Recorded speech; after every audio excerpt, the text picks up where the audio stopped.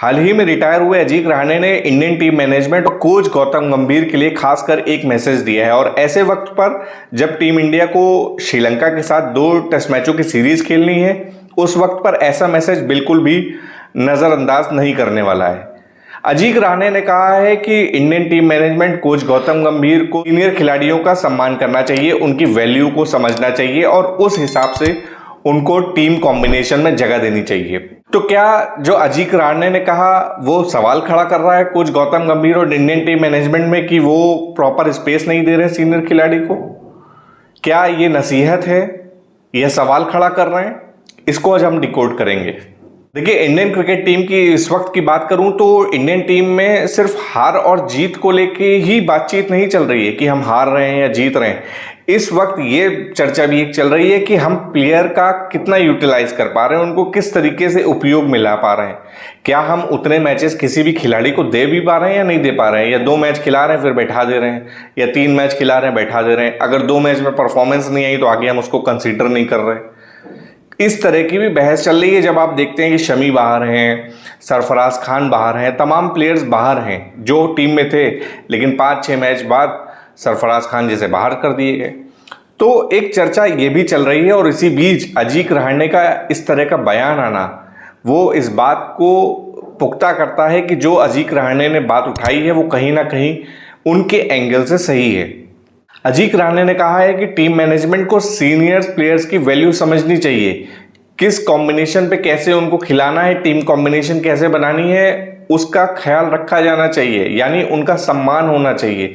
तो क्या कोच गौतम गंभीर सम्मान नहीं कर रहे? अगर एक क्रिकेट टीम को यानी एक टेस्ट टीम को मैच जीतना है तो प्रॉपर कॉम्बिनेशन बनाकर रखना पड़ेगा सीनियर्स और जूनियर्स का, ये कहना चाहते हैं अजीत रहाणे।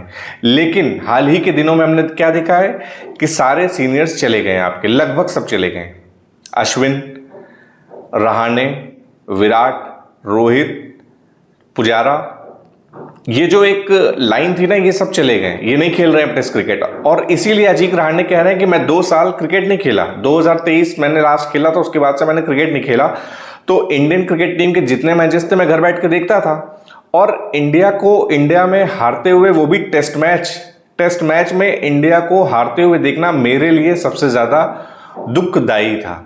हम बॉर्डर गावस्कर ट्रॉफी भी हारे, इंग्लैंड में 2-2 करके आए, लेकिन जिस तरह से हम साउथ अफ्रीका से और न्यूजीलैंड से हारे वो हमारे लिए बहुत बड़ी कमजोरी थी और उससे सीखने लायक। इसीलिए टीम कॉम्बिनेशन जो होनी चाहिए उसमें सीनियर्स हों और सीनियर के साथ कुछ युवा हों।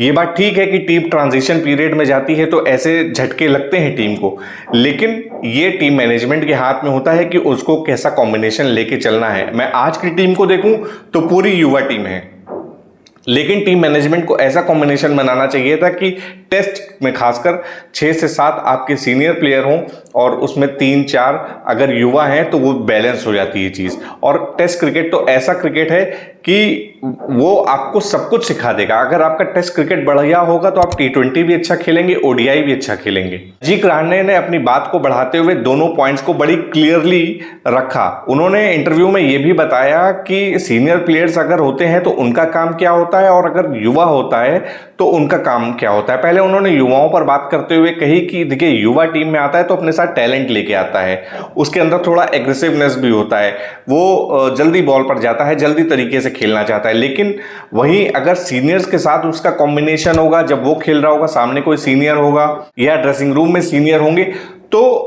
उनको पता होता है कि इस वक्त मैच की पोजीशन क्या है, किस सिचुएशन में है, कौन सी बॉल खेलनी है, कौन सी लेफ्ट करनी है, यानी बिल्कुल प्री डिसाइडेड। वो अगर कोई प्रेशर होता है तो उसको भी एब्जॉर्ब कर लेता है। तो अजीत रहाणे का यही कहने का मतलब है कि सीनियर और जूनियर का अगर कॉम्बिनेशन होता है तो चीजें आसान हो जाती हैं, टीम बेहतर परफॉर्मेंस देती है, जैसा कि हमने देखा था। इधर 1-1.5 साल में टीम कुछ ज्यादा ही ट्रांजिशन फेज में आ गई और एकदम से सभी युवा आ गए और जितने भी हमारे सीनियर्स थे वो सारे रिटायर होते हुए चले गए। और जब ये चीज़ हुई तो टीम इंडिया बिल्कुल ट्रांजिशन फेज में आ गई। आप चाहे KL राहुल को हटा दें और ऋषभ पंत को हटा दें, जडेजा को हटा दें, तो मुझे नहीं लगता कि कोई 50 टेस्ट का भी एक्सपीरियंस अपने साथ लेकर के आता है। तो इस मामले पे अजीत रहाणे की बात बिल्कुल सहमत है और उनकी बात से बिल्कुल सहमत हुआ जा सकता है, क्योंकि उन्होंने वो माहौल देखा है टीम का। वो ड्रेसिंग रूम में भी रहे हैं, वो कई कोचेस के साथ रहे हैं, कई डोमेस्टिक का बहुत बड़ा एक्सपीरियंस है अजीत रहाणे के पास।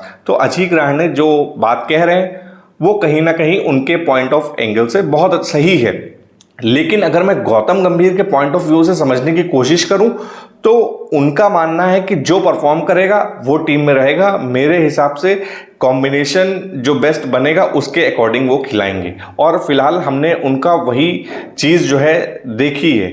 इसीलिए आप कभी कभी देखेंगे कि कुलदीप को वो बैठा देते हैं और उसको खिलाते हैं जो बॉल भी डाल सकता है और अच्छी बैटिंग भी कर सकता है। मैं बात कर रहा हूँ अक्षर पटेल की, मैं बात कर रहा हूँ वॉशिंगटन सुंदर की, मैं बात कर रहा हूँ नीतीश रेड्डी की।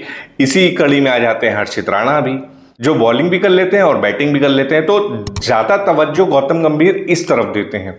लेकिन अजीत रहाणे का इस मामले में सोचना थोड़ा अलग है।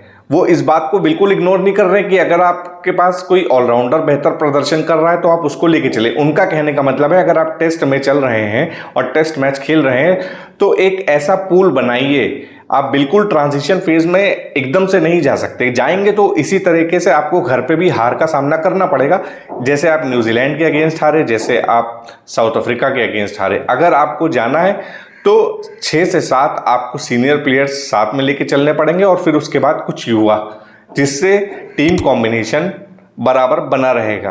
तो अजीत रहाणे ने टेस्ट मैच में प्लेइंग 11 को लेकर जो नसीहत दी है, हम उम्मीद करेंगे गौतम गंभीर और टीम मैनेजमेंट तक वो बात पहुंचे। और आपको क्या लगता है, अजीत रहाणे ने जो नसीहत दी है या जो सवाल खड़े किए हैं वो जायज़ हैं? अगर आप भी सहमति रखते हैं अजीत रहाणे की बात से तो कमेंट सेक्शन में ज़रूर इस बात को बता दीजिए। इस वीडियो में फिलहाल इतना ही। वीडियो को लाइक कर दीजिए, चैनल को भी सब्सक्राइब कर दीजिए। धन्यवाद।